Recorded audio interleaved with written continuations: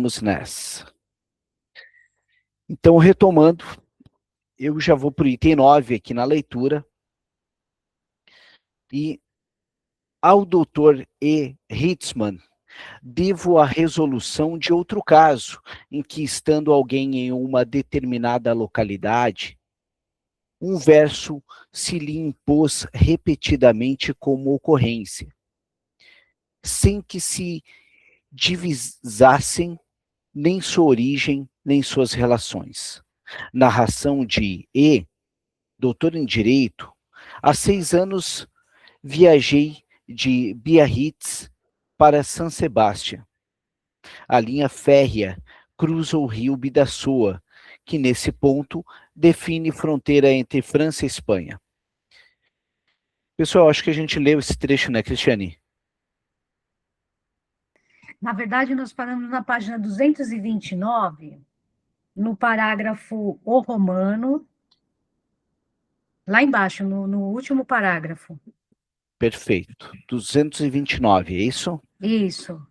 Vamos retomar então da onde paramos aqui. O romano, é isso? Isso, o último parágrafo. Meu PDF não salvou. Aqui, vamos lá Isso. então. O romano, que desistia de um empreendimento importante, se o voo dos pássaros lhe fosse desfavorável, tinha, portanto, relativa razão. Agia de modo consequente em relação às suas premissas. Mas se ele se afastasse do empreendimento por ter tropeçado na soleira da sua porta, um romano retornaria. Então, ele também era absolutamente superior a nós. Incrédulos, era um melhor conhecedor de alma do que nós nos esforçamos a ser, pois esse tropeção devia lhe provar a existência de uma dúvida, de uma corrente contrária em seu interior, cuja força, no momento de execução, poderia subtrair-se da força de sua intenção. É que, de fato, só se tem certeza do êxito pleno quando todas as forças anímicas se unem na aspiração da meta desejada. O que respondeu Guilherme Tell de Schiller, que tanto hesitou em atirar na maçã sobre a cabeça de seu filho, quando o administrador lhe perguntou por que escondia uma segunda flecha. Como essa segunda flecha eu atravessaria o Senhor, se eu tivesse atingido meu querido filho. E do Senhor, certamente eu não teria errado. Pessoal, aqui eu vou espraiar para a questão clínica, que eu acho importante compartilhar isso com vocês. É muito comum muitos analisandos chegarem até nós, quem já atende, foi alguma vez interpelado por essa questão, a pessoa estar dirigindo, ou querer dirigir enquanto faz uma análise. Ah, olha só, eu estou dirigindo aqui, eu posso estar falando contigo? Minha sugestão, pelo menos é uma dinâmica minha, na maioria dos casos que eu atendo, não pode. Né? Por quê? Aqui a gente está falando exatamente de psicopatologia da vida cotidiana, estamos falando de lapsos, atos falhos. Então, tu imagina, a pessoa está dirigindo, de repente ela vai falar para você que queria bater naquela pessoa, queria agredir aquela pessoa, queria se matar, enfim, N coisas que podem acontecer. Estamos falando do inconsciente, o eu não é senhor da própria morada. Então, essa pessoa vai e joga o carro para algum lugar. Como é que fica?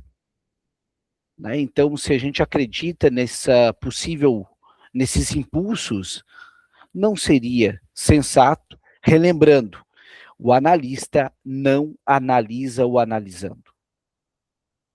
O analista analisa a viabilidade de haver uma sessão. A gente analisa o enquadre, a gente analisa o set, enfim. Mas propiciando condições, dispensei o atendimento semana passada por isso. Tiago, eu não estou no teu lugar, é chato eu falar por ti, mas eu particularmente concordo com a tua posição, né, por uma questão de integridade física, até mesmo do analisando e do manejo do analista. né?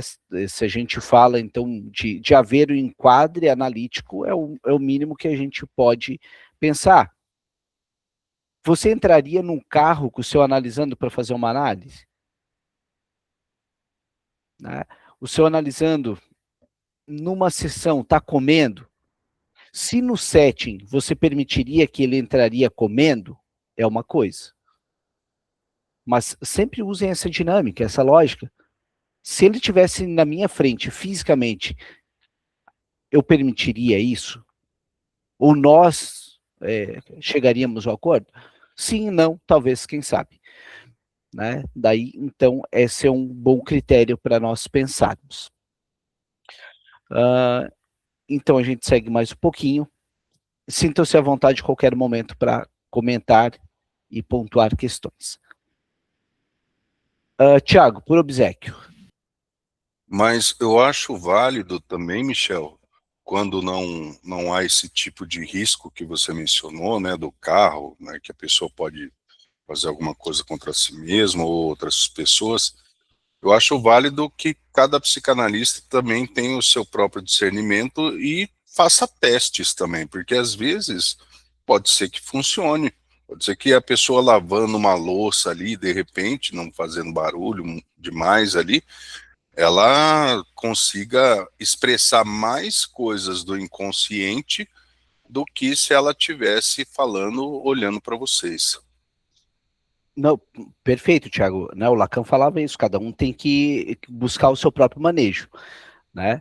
Mas fazendo advogado do diabo e fazendo provocações para que nós possamos ter teses, antíteses e sínteses, vamos pensar da seguinte forma também, né?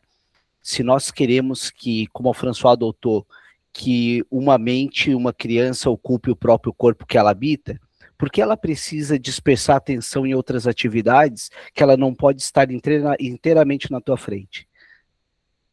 Né? Qual é o desconforto que ela tem de habitar o próprio corpo que ela tem que dispersar em alguma outra atividade numa descarga pulsional?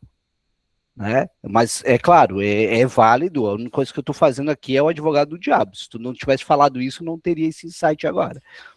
Ótimo. Eu acho ótimo isso. E ainda lembro também, Michel, não lembro de que livro que é, de qual leitura que foi, que você chegou a mencionar ali numa leitura sobre acidentes, né? Que acidentes nem sempre são acidentes.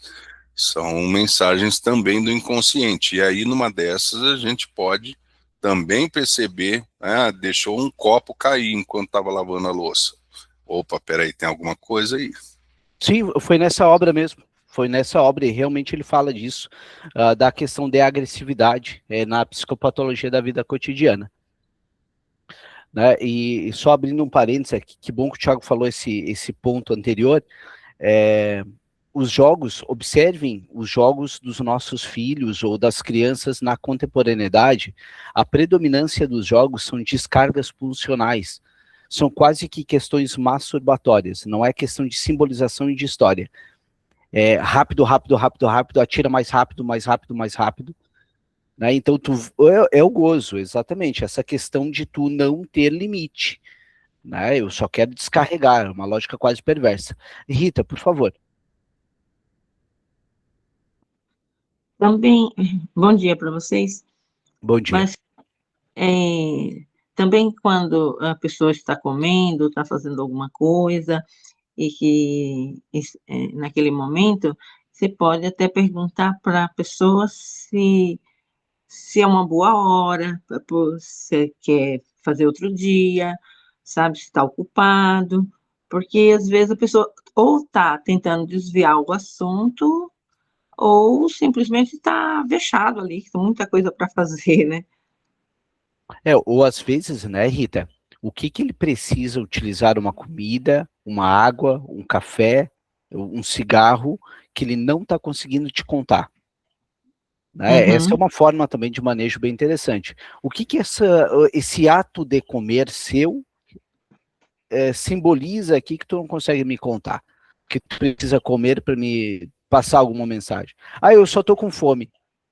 Tá, mas o que aconteceu que você não se alimentou? A lista não é o que busca o final. O analista é que busca o início. Isso está... É quase bíblico quando eu falo isso, mas isso está lá no Freud. Ele diz que isso é mais no início, não no final.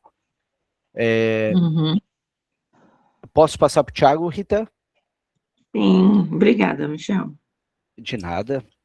Thiago, por favor. E é interessante porque às vezes eu vejo psicanalistas falando, nossa, mas dá uma vontade de falar alguma coisa ali pro paciente. Nessas horas fica até a dica, tenha um copinho com água do lado e vai tomando, a hora que der vontade você toma água, porque é uma forma mesmo de lidar com isso. Thiago, isso que tu disseste é uma das regras fundamentais da psicanálise, abstinência. A abstinência, antes de for falar, deu aquela vontade, aquele impulso, entenda que isso não é desejo dele, isso é desejo seu. E se você tem esse desejo, leva para a tua análise pessoal, não para a análise do outro sujeito. Né? Então, vou ficar com a bexiga cheia. É mais ou menos isso, Mônica. Eu estou sempre aqui direto com a minha caneca para isso. Confesso para vocês que às vezes quando acaba a água, eu uso quase que o pessoal da MPB, olha um escapismo aqui, mas compartilhar com vocês. Tinha um cantor da MPB na década de 60, 70, da turma do Jobim, que quando ele foi proibido de tomar o uísque, ele botava gelo e ficava só balançando, porque o negócio dele era escutar o barulho do gelo. Assim ele saciava. Né? É mais ou menos eu, às vezes, com a caneca quando acaba a água. Mas é para me valer da regra da abstinência, para não falar na hora que era para outra pessoa. Recentemente, teve um caso, na verdade, alguns casos, porque parece que a gente recebe em ondas os analisandos. Não sei se vocês têm essa percepção, mas eu tenho para mim. De gravidez. A pessoa disse, eu queria compartilhar com você, eu estou grávida.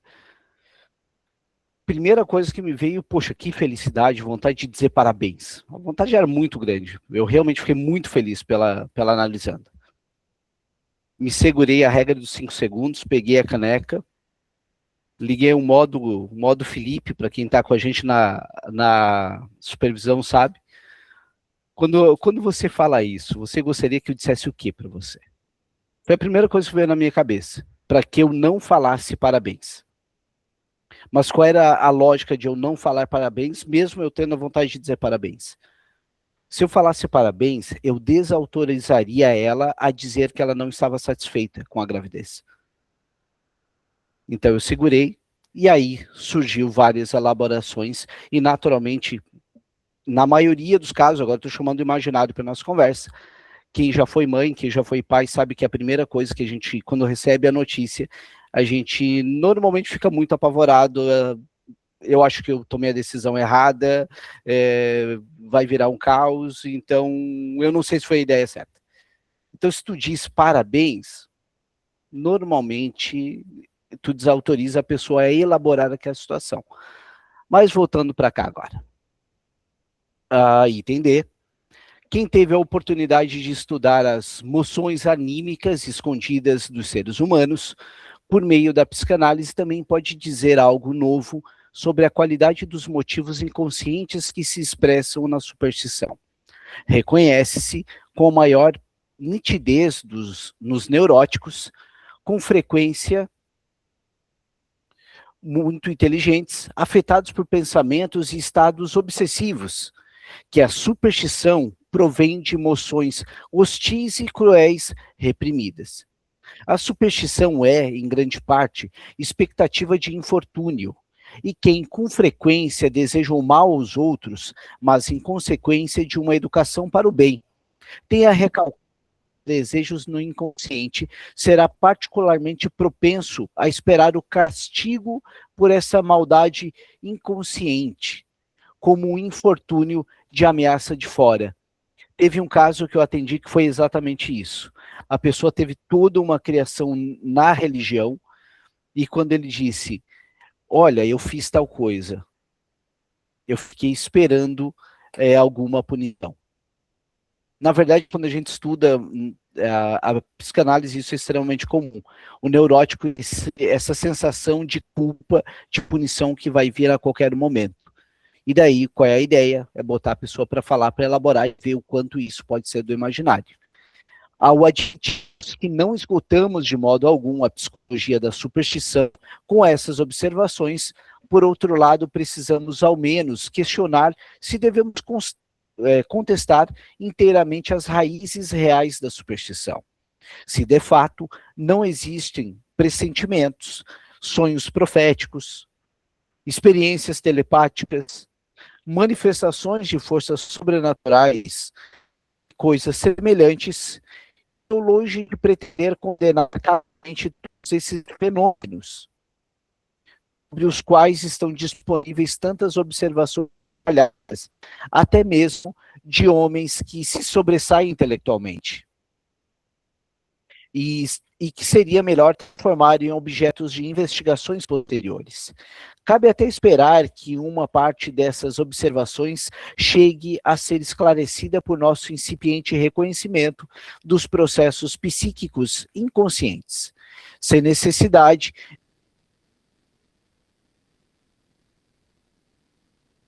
de mudanças radicais nas opiniões de hoje, e que hoje sustentamos. Deixa eu botar a conexão, Thiago. Deixa eu botar 5G. Está travando para possivelmente para os demais. Tá? Deixa eu só mudar aqui para o 5G. Aqui.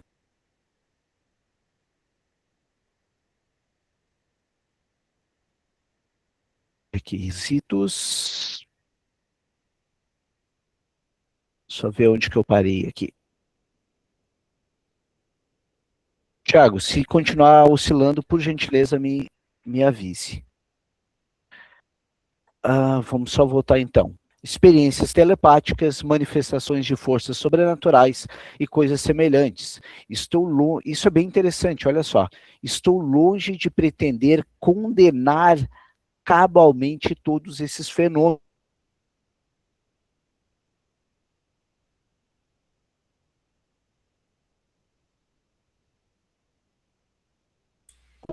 Que se sobressai intelectualmente. Voltou a travar, pessoal? Sim. Dessa vez foi o silêncio absoluto, viu? Não ouvi nada. Travou feio. Então, vamos voltar. Eu estava lendo Adam Phillips hoje, pela manhã, e ele falava sobre a censura. A mola mestre da psicanálise é a censura. Estou sendo censurado pela Google. Vamos ver se... Michel, só... Thiago. Talvez se você fechar a câmera, fique melhor. Por conta dos dados aí. Pronto. Vamos lá, então. Vamos ver se agora melhora aqui. Ou senão a gente pode fazer o seguinte, algum colega quer ler esse trecho? Tem alguém que queira ler esse trecho aqui?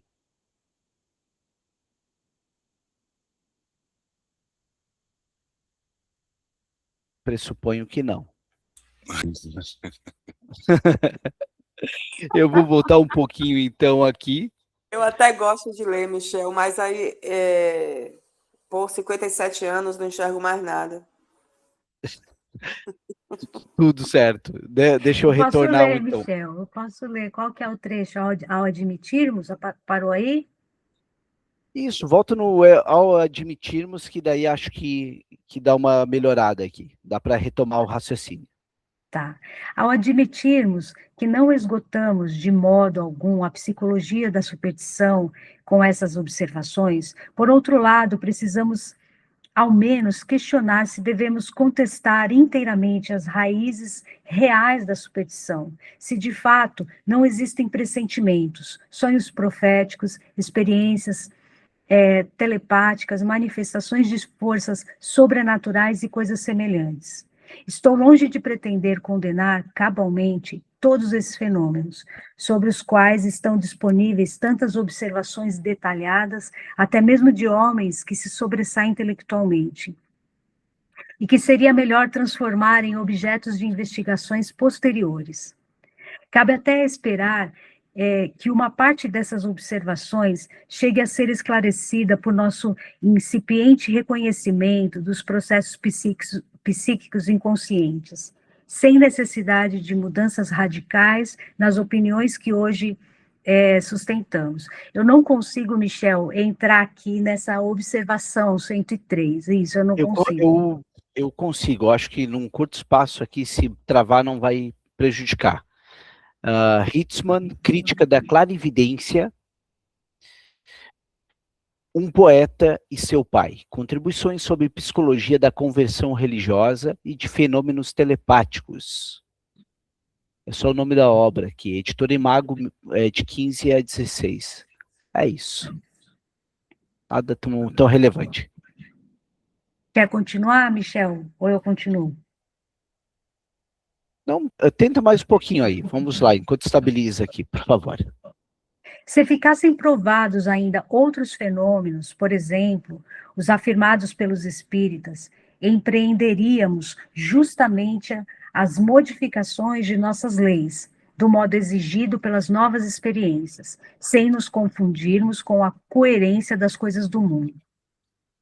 No quadro dessas discussões, só posso responder às questões aqui levantadas de maneira subjetiva, ou seja, de acordo com minha experiência pessoal. Infelizmente, tenho de confessar que me encontro entre aqueles indivíduos indignos diante dos quais os espíritos suspendem sua atividade e suprassensível foge. E o suprassensível foge, de modo que nunca fui colocado na situação de vivenciar por mim mesmo algo que me estimulasse a crer em milagres. Como todos os seres humanos, posso continuar aqui? É que eu ouvi uma respiração de fala. E fui eu que eu ia falar aqui, mas é muito interessante para a gente falar sobre manejo clínico aqui. Por que eu lembrei disso?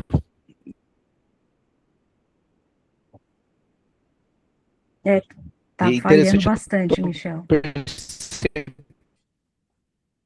Tá parecendo gagueira.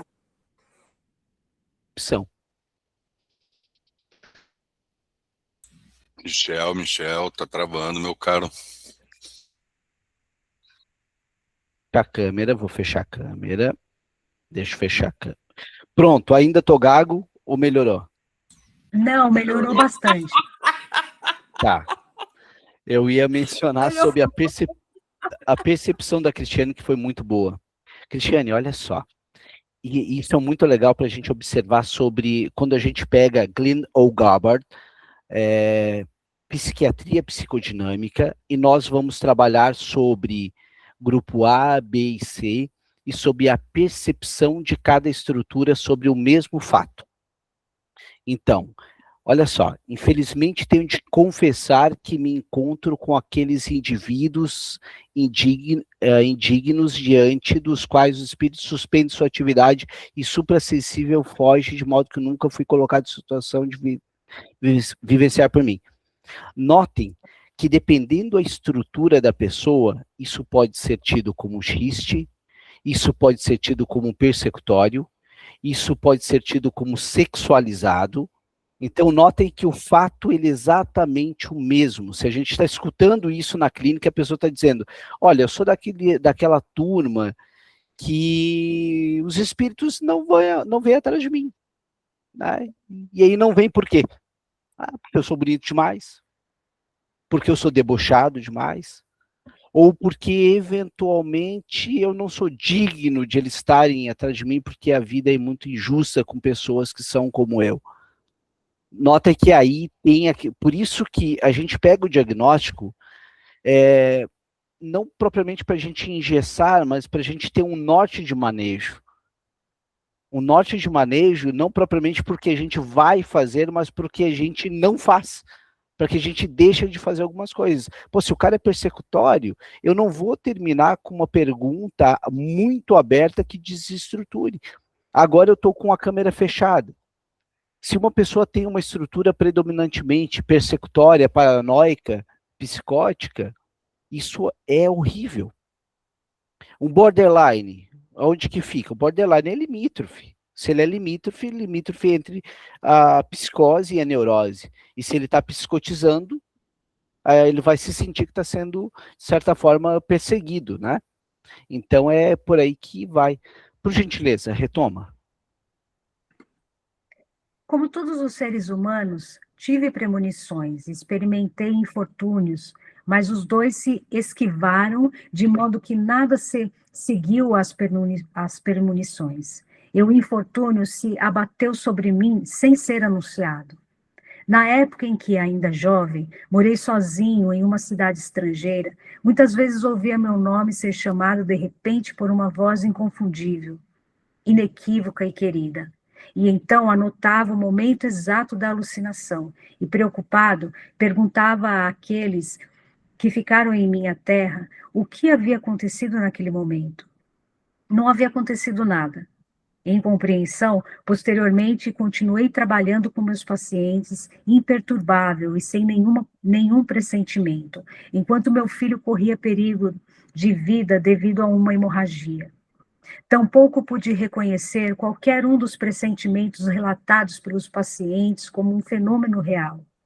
Contudo, devo confessar que nos últimos anos tive algumas experiências singulares que facilmente teriam encontrado explicações para a suposição da transferência telepática de pensamentos. A crença em sonhos proféticos tem muitos seguidores, porque pode se apoiar no fato de muitas coisas serem realmente formadas no futuro da maneira que, como desejo, as construí anteriormente em sonho. E aí eu não consigo entrar nesse 114. O meu texto aqui no tablet não permite.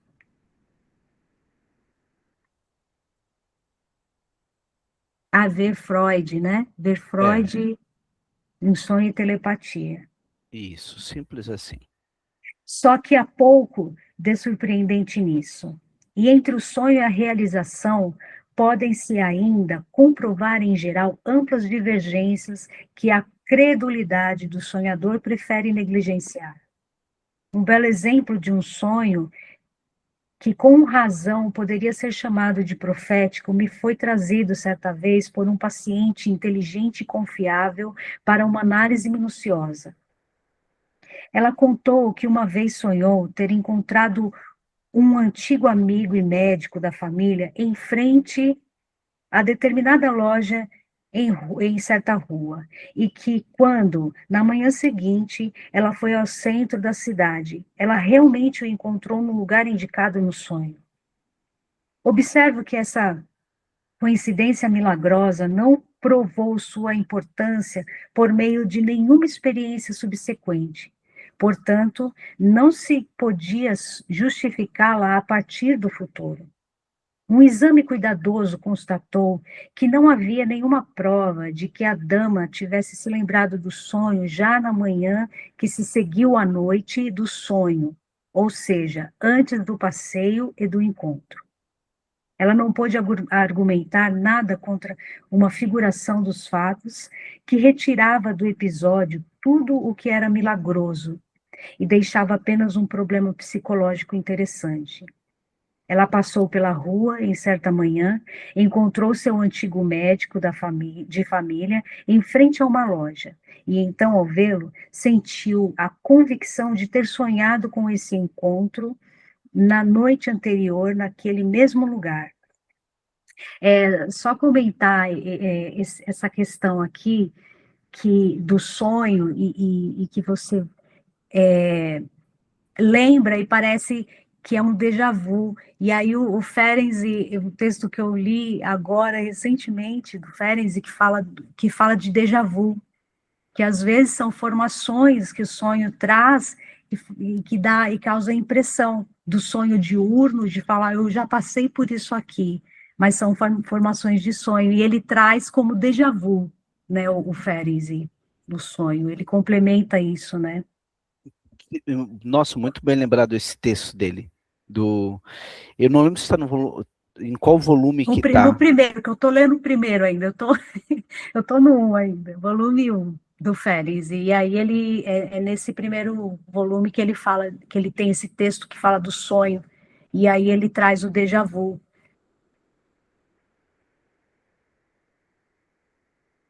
Travou?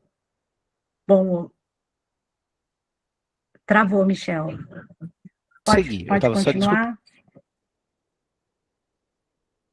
Manifestei um interessante fenômeno obsessivo em conexão com um sonho. Manifestei um grande interesse pelo caso, cuja gênese eu acreditava discernir. Entretanto, meu tratamento foi rejeitado pelos pais. Eu acho que eu me perdi aqui onde eu parei.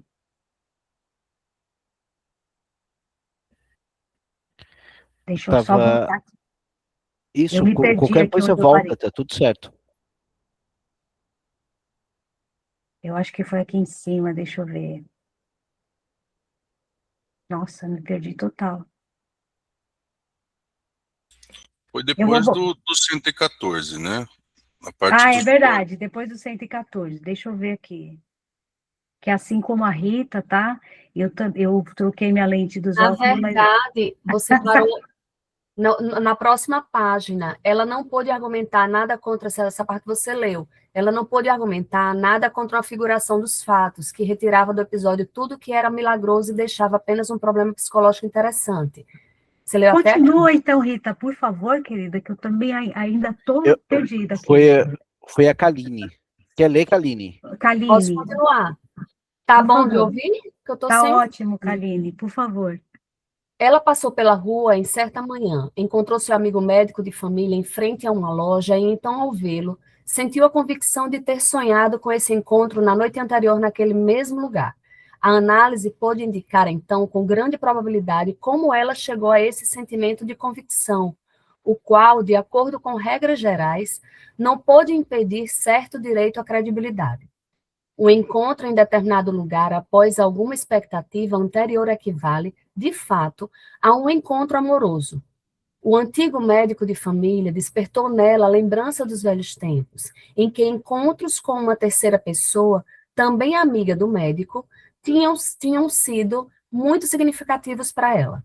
Desde então, ela havia mantido contato com esse senhor, e no dia anterior ao alegado sonho, ela esperou em vão por ele.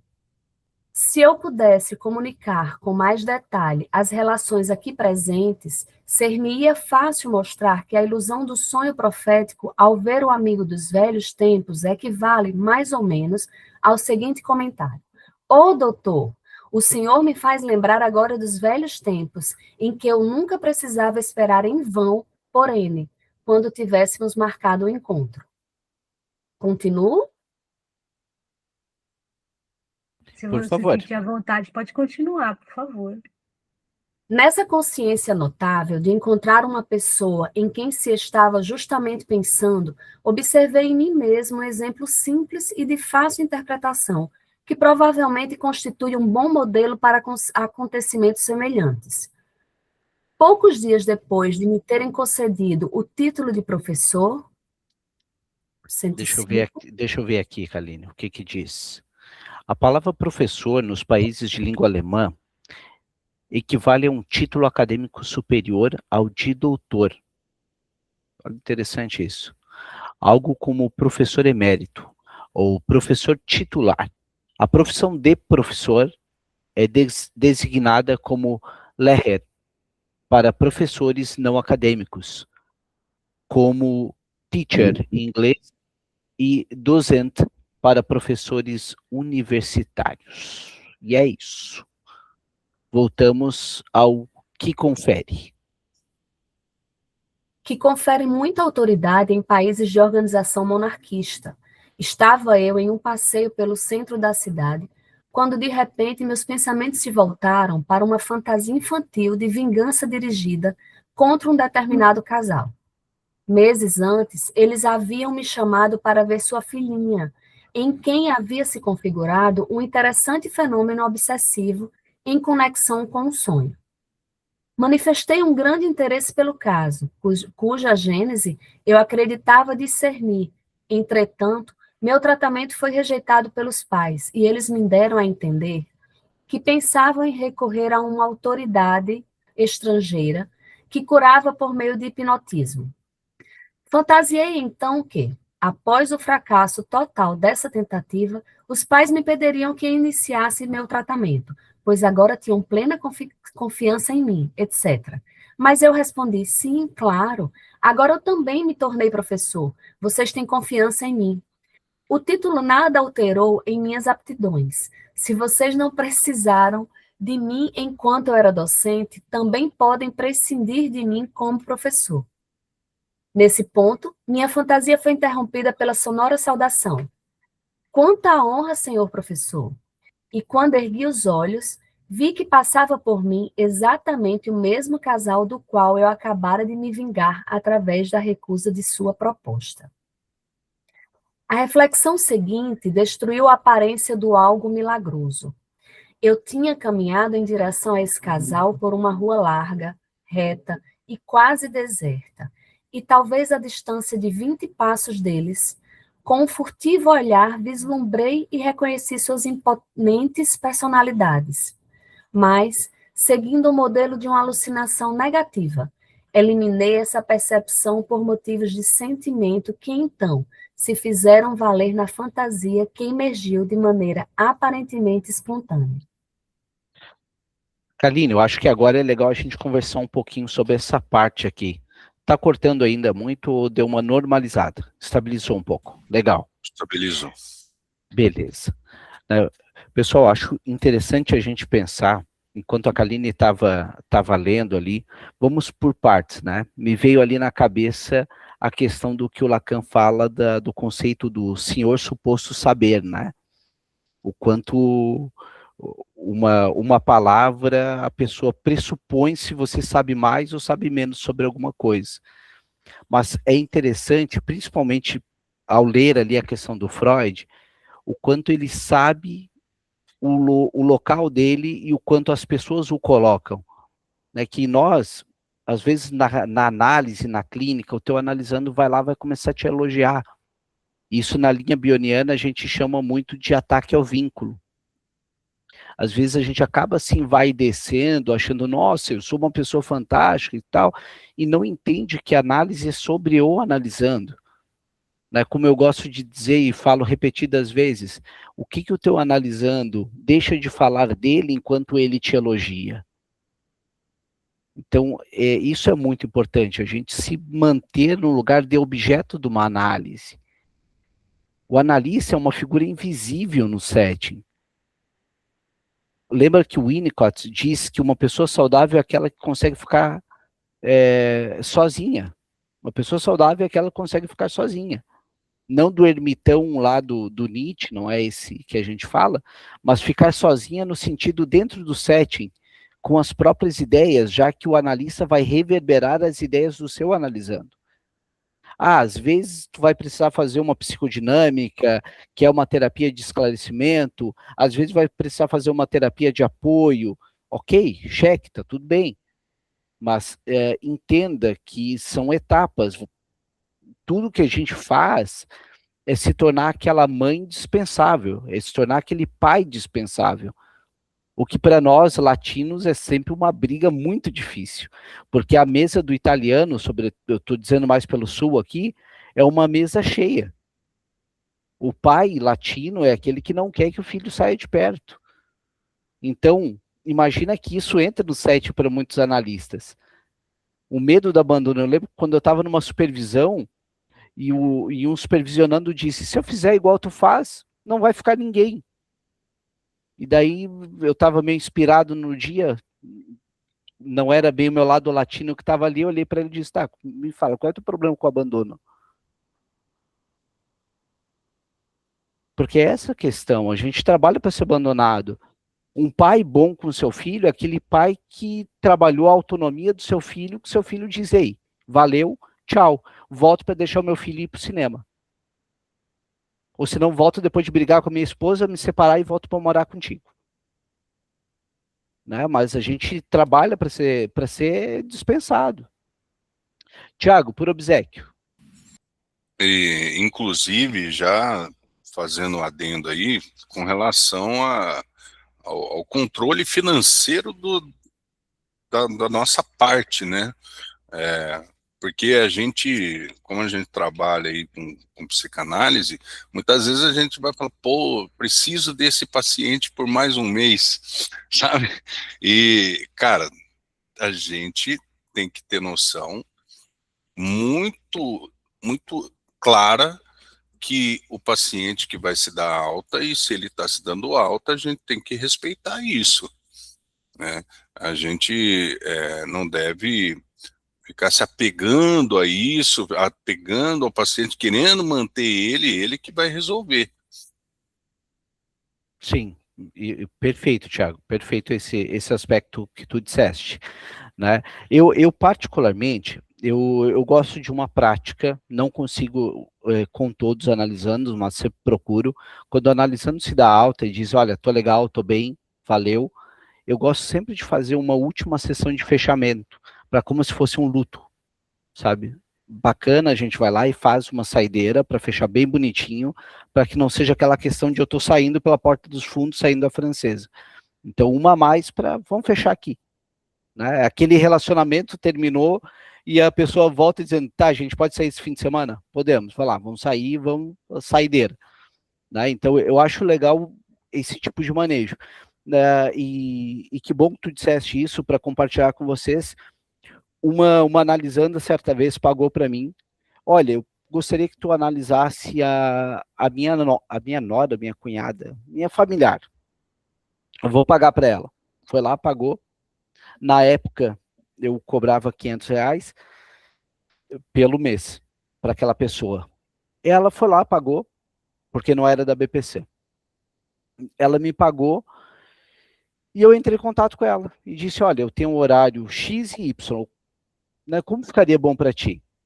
E ela disse, não posso nenhum dos dois, eu só posso tal dia às 8 da noite. E aí o que eu pensei? Né, para que haja análise, tu tem que ter uma destituição narcísica. Ela não está pagando, ela não quer ter horário. Qual é a chance dessa análise dar certo? A probabilidade é muito pequena. E eu conversei com ela, disse, olha, qual é por que não pode outro horário? E ela, não, por causa dos meus netos, só eu que cuido deles. Né, olha o Narciso falando ali, só eu cuido. Eu perguntei, tá, mas vem cá, se eventualmente tu tiveres um problema de saúde e tu acabar sendo internada, quem é que vai cuidar deles? Ninguém vai cuidar deles? Não, daí é outra coisa. Tá, mas eu tô te propondo 50 minutos na tua semana para que tu possa olhar para si, para trabalhar as suas questões. E tu não pode? Não, não posso. Só posso aquele horário e tal horário. Eu, olha, infelizmente eu não tenho esse horário disponível. Eu poderia realocar? Poderia. Daí eu entrei em contato com a pessoa que fazia análise comigo, devolvi o dinheiro, porque olha, pra gente ninguém gosta de rasgar dinheiro, e disse para ela, não quer fazer análise. Eu estou me privando de fazer um bom trabalho com alguém que não quer, outra pessoa que queira fazer. Né? Então, nesse lugar, né, Tiago, a gente escapa da relação mercadológica.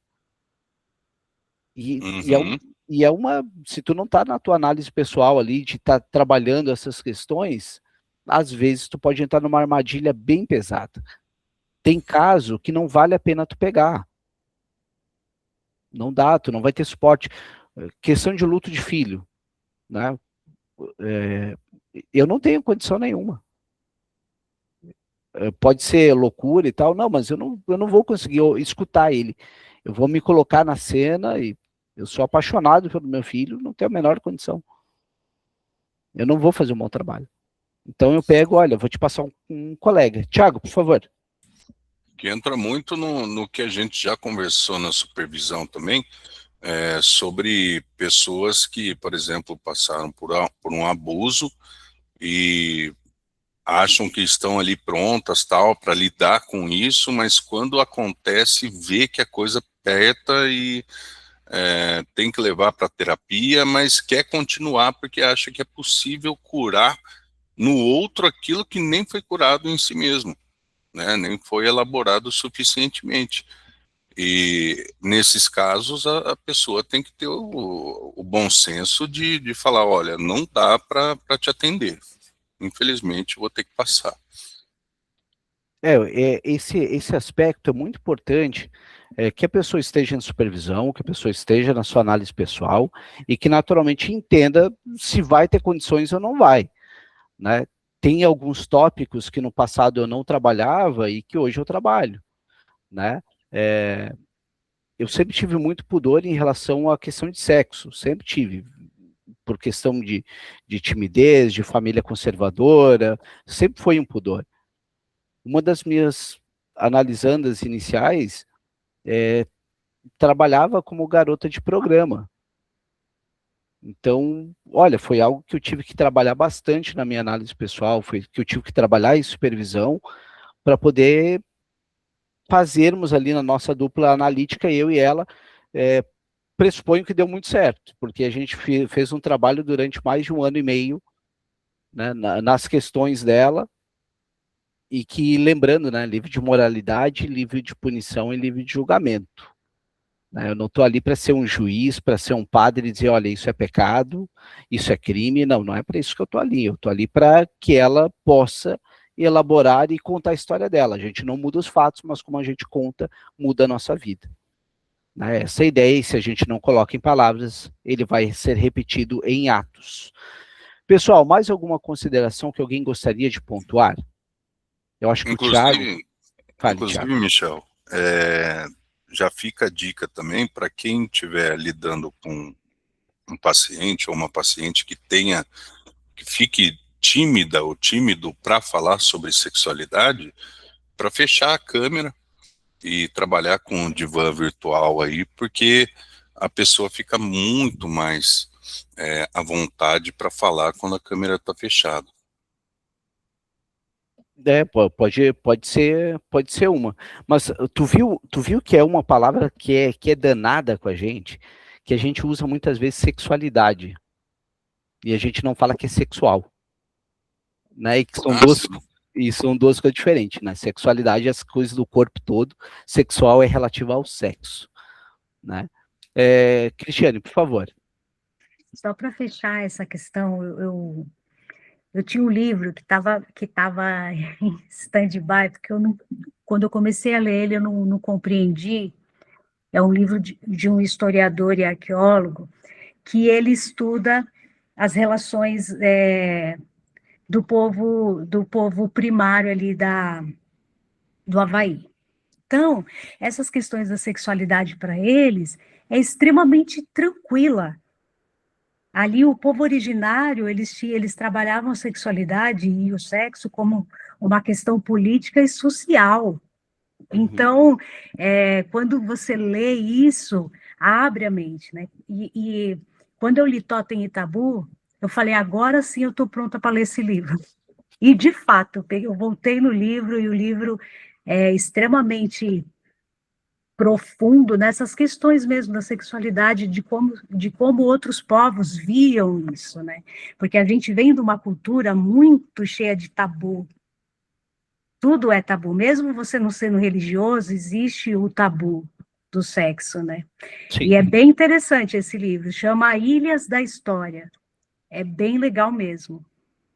E traz também uma outra questão do complexo de Édipo, porque dentro dessa cultura, o incesto, a relação incestuosa era mantida como uma questão social e uma questão cultural também. É bem legal. Eu não sei, Mônica, se tem PDF, porque é um livro tão fora da psicanálise, mas, no entanto, é extremamente psicanalítico. É bem legal.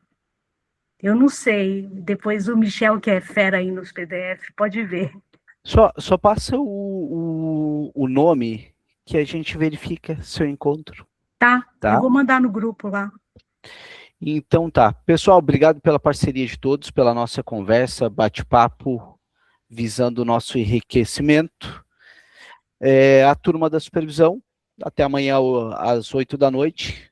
Né? Acho que talvez alguns colegas ali mandaram mensagem, talvez não possam comparecer, mas a princípio nós temos o caso da Mônica, o caso da Vanessa para serem trabalhados.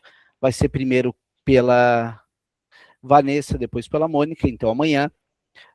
Quarta-feira a gente reitera o nosso encontro do Bion e espero poder logo a gente conseguir organizar para ter o NIT de volta, que por enquanto, 4 da tarde na sexta-feira, está tendo um entreveiro atrás do outro. Então, obrigado pela parceria de todos e